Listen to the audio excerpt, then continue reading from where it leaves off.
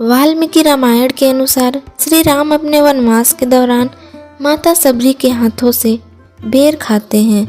तो चलिए हम आपको बताते हैं कि माता सबरी कौन थी, उनके माता पिता का क्या नाम था और उनके गुरु कौन थे।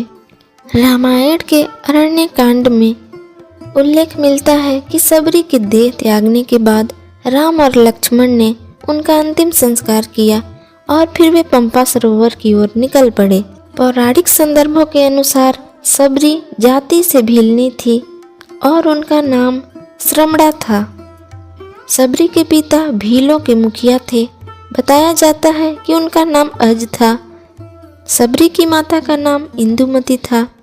ये सभी भील जाति से संबंधित सबर समाज के लोग थे। सबरी के गुरु मतंगी ऋषि थे।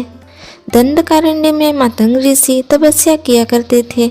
श्रमड़ा उनकी सेवा तो करना चाहती थी, पर वह भील जाति की होने के कारण उसे अवसर न मिलने का अंदेशा था।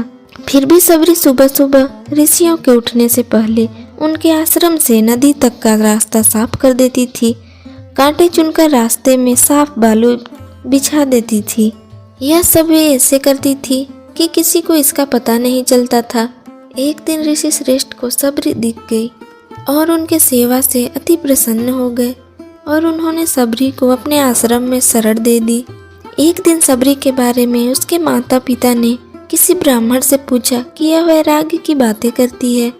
ब्राह्मण ने सलाह दी कि इसका विवाह करवा दो। श्रमड़ा का विवाह एक भील कुमार से तय हुआ था। विवाह से पहले कई सौ पशु बलि के लिए लाए गए, जिसे देख श्रमड़ा बड़ी आहत हुई। यह कैसी परंपरा, न जाने कितने बेजुबान और निर्दोष जानवरों की हत्या की जाएगी। इस कारण सबरी विवाह के एक दिन पूर्व भाग गई और दंडकारण्य वन में पहुंच गई। जब मतंग का अंत समय आया तो उन्होंने सबरी से कहा कि वे अपने आश्रम में ही भगवान राम की प्रतीक्षा करें। वे उनसे मिलने जरूर आएंगे। मतंग ऋषि की मौत के बाद सबरी का समय भगवान राम की प्रतीक्षा में बीतने लगा। वह अपना आश्रम एकदम साफ रखती थी। रोज राम के लिए मीठे बेर तोड़कर लाती थी। बेर में कीड़े न हो और वह खट्टा न हो, इसके लिए वह एक एक बेर चख कर तोड़ती थी। ऐसा करते करते कई साल बीत गए। एक दिन सबरी को पता चला कि दो सुंदर युवक उन्हें ढूंढ रहे हैं। वे समझ गई कि उनके प्रभु राम आ गए हैं। उस समय तक वह वृद्ध हो चली थी, लेकिन राम के आने की खबर सुनते ही उसमें चुस्ती आ गई और वह भागती हुई अपने राम के पास पहुंची और उन्हें घर लेकर आई और उनके पांव धोकर बैठाया। अपने तोड़े हुए मीठे बेर राम को दिए।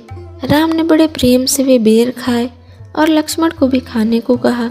लक्ष्मण को जूठे बेर खाने में संकोच हो रहा था। राम का मन रखने के लिए उन्होंने बेर उठा तो लिए, लेकिन खाए नहीं।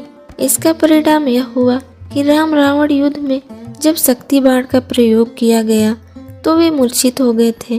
तब इन्हीं बेर की बनी हुई संजीवनी बूटी उनके काम आई थी।